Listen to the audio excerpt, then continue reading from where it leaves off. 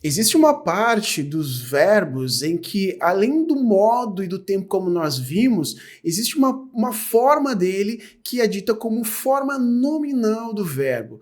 Essa forma nominal, ela tem muito a ver com o que a gente tem falado nas classes gramaticais com nome.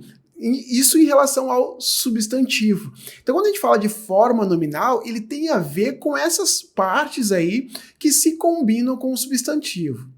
Mas a gente vai ver isso melhor depois da vinheta.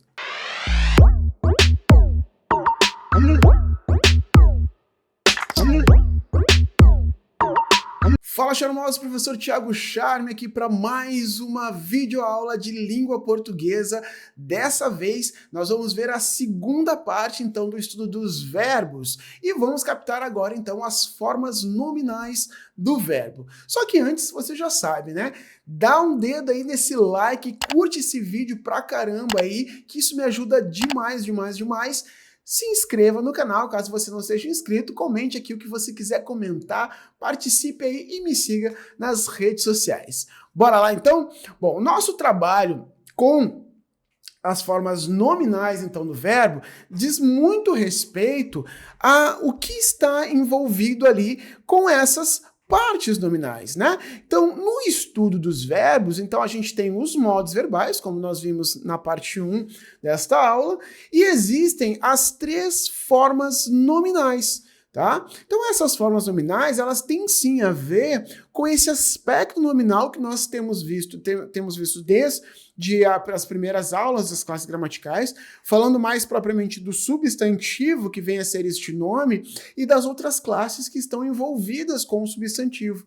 Então vocês vão ver que essas formas nominais são formas que o verbo acaba tomando aí para ter algum tipo ou algum outro tipo de função aqui nas frases, nas orações. Perfeito? Então essas formas nominais, elas são o infinitivo, o gerúndio e o particípio. Nós ouvimos muito falar, principalmente em gerúndio, né? Principalmente sobre os gerundismos, sobre aquelas formas de gerúndio em que se tornam vícios de linguagem, que deixam de ser formas nominais saudáveis, né, para a construção de uma frase, de um discurso, e passam a ser formas viciantes que prejudicam, né, o discurso, como o excesso de gerundismos, o excesso de gerúndios aí, tá?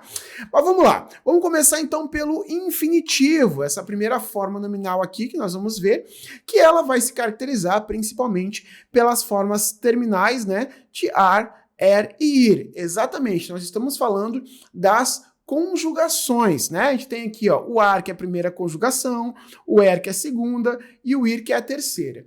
Então, os verbos terminados em ar são chamados de verbos de primeira conjugação, né? Cantar, amar, lutar, berrar, caminhar, queimar.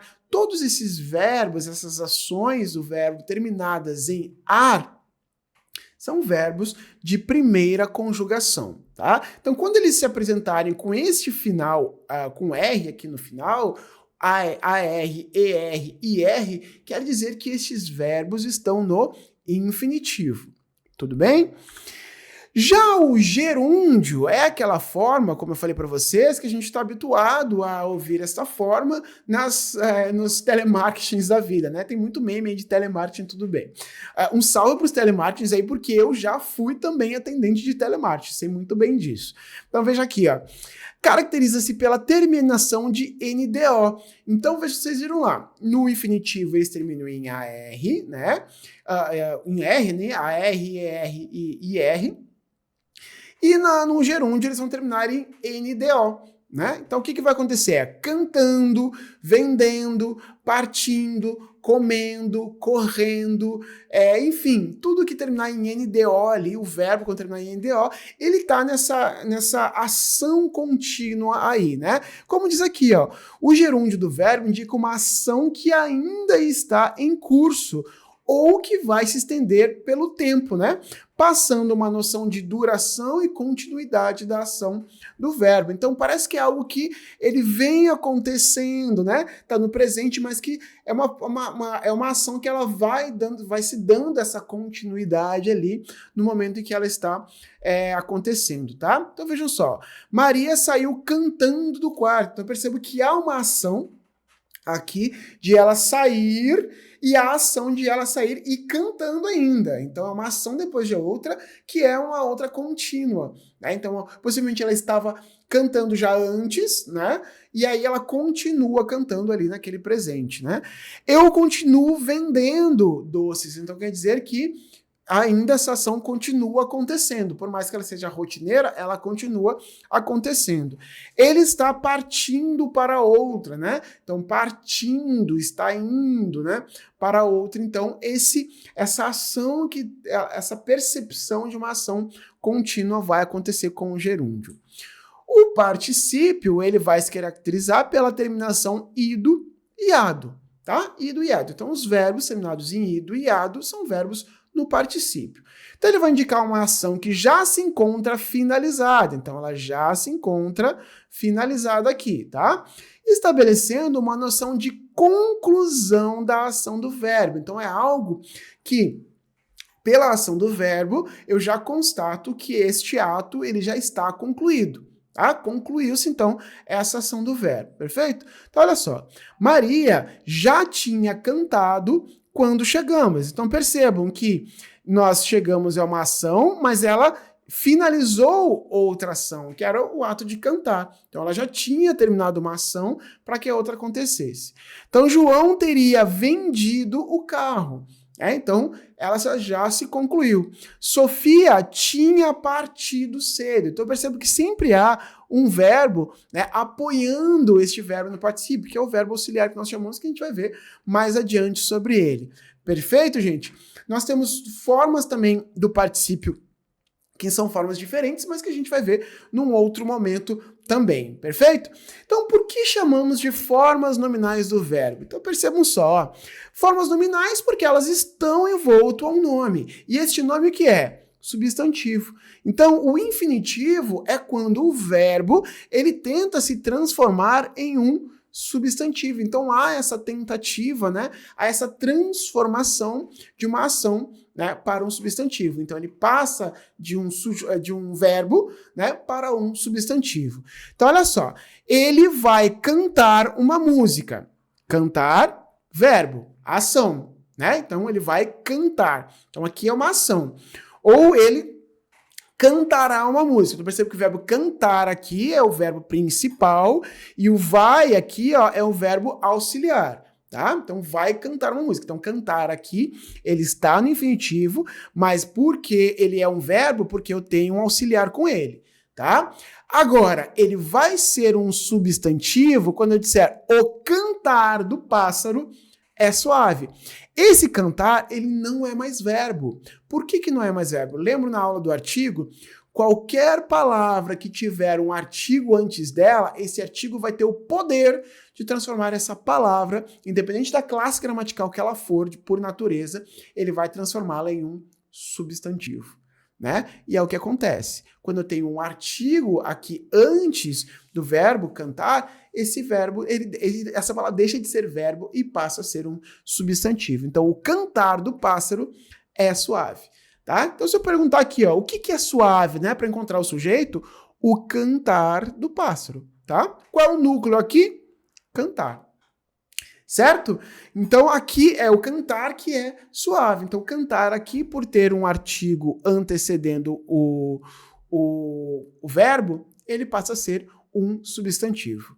Perfeito? O que vai acontecer com o particípio, tá? O particípio, ele vai se transformar ou em substantivo, tá? Ou em adjetivo. Então, por exemplo, ele tinha perdido o dinheiro. Ok, por que perdido é um verbo?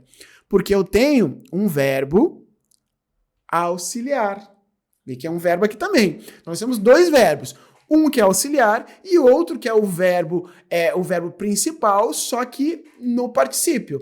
Só que aqui o valor dele é de verbo. Porque o que eu quero dizer quando ele tinha perdido o dinheiro? Ele perdeu o dinheiro. Quer dizer que o perdido é uma ação, né? É um verbo, continua sendo um verbo.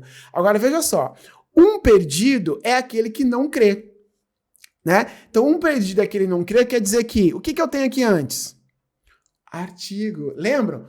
Artigo, antes de qualquer palavra, transforma essa palavra em substantivo. Perdido passa a ser um substantivo. Oh, que beleza! Olha só a outra. Isso era tempo perdido. Por que aqui perdido é adjetivo? Porque nós temos tempo. Tempo é o que, gente? Substantivo. Opa! Tempo é... Opa! Tempo é substantivo, né? Opa, peraí, gente. Vamos lá. Então, o que é? O tempo é substantivo. Se o tempo ele é substantivo, aqui, né? Tempo é substantivo.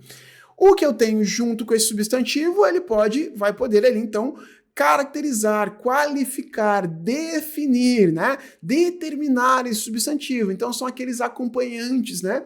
Do substantivo. O que ele está falando? Que o tempo, né? Ele é um tempo perdido. Ou seja, esse tempo aqui, ele é um adjetivo, tá? Que está sendo atribuído ao tempo aqui, neste caso. Perfeito, gente?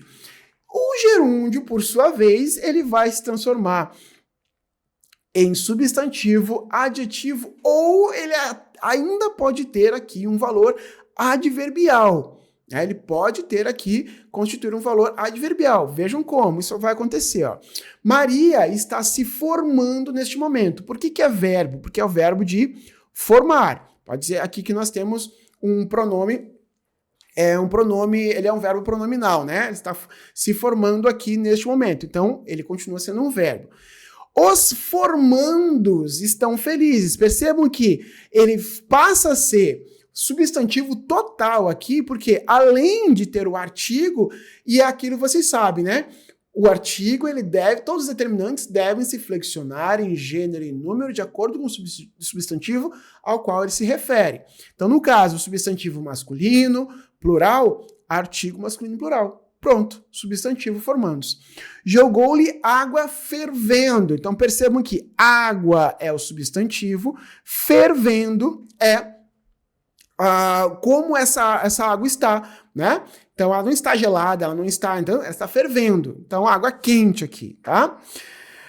Fervendo a água, faremos o café. Então perceba que o valor adverbial que tem aqui nesse fervendo é assim que ferver a água, faremos o café. Ou seja, há uma relação, um valor temporal aqui, né, que vai dizer que assim que a água estiver fervida, né, assim que ferver a água, nós então faremos o café. Então é uma ação que vai acontecer depois de outra. Então fervendo aqui, ele está tendo esse valor adverbial aqui, tá? Reduzida de gerúndio lá, que a gente vai ver isso aqui mais adiante. Perfeito, meu povo? Então essas foram as formas nominais do verbo. Elas são esses formatos mesmo que nós temos aqui. Algumas delas têm uns detalhes a mais, mas que a gente vai ver mais adiante e nas aulas mais avançadas depois. O importante é que vocês compreendam como elas funcionam, como elas se estruturam e para que elas servem, né? Quais são os objetivos delas aí dentro das orações. Beleza, gente? Espero que vocês tenham gostado dessa aula. Não esqueçam de curtir aí, se inscrever no canal, comentar aqui o que vocês acharam dessa aula e me seguir aí nas redes sociais. Não pode esquecer disso. Nos vemos na próxima. Até mais. Tchau!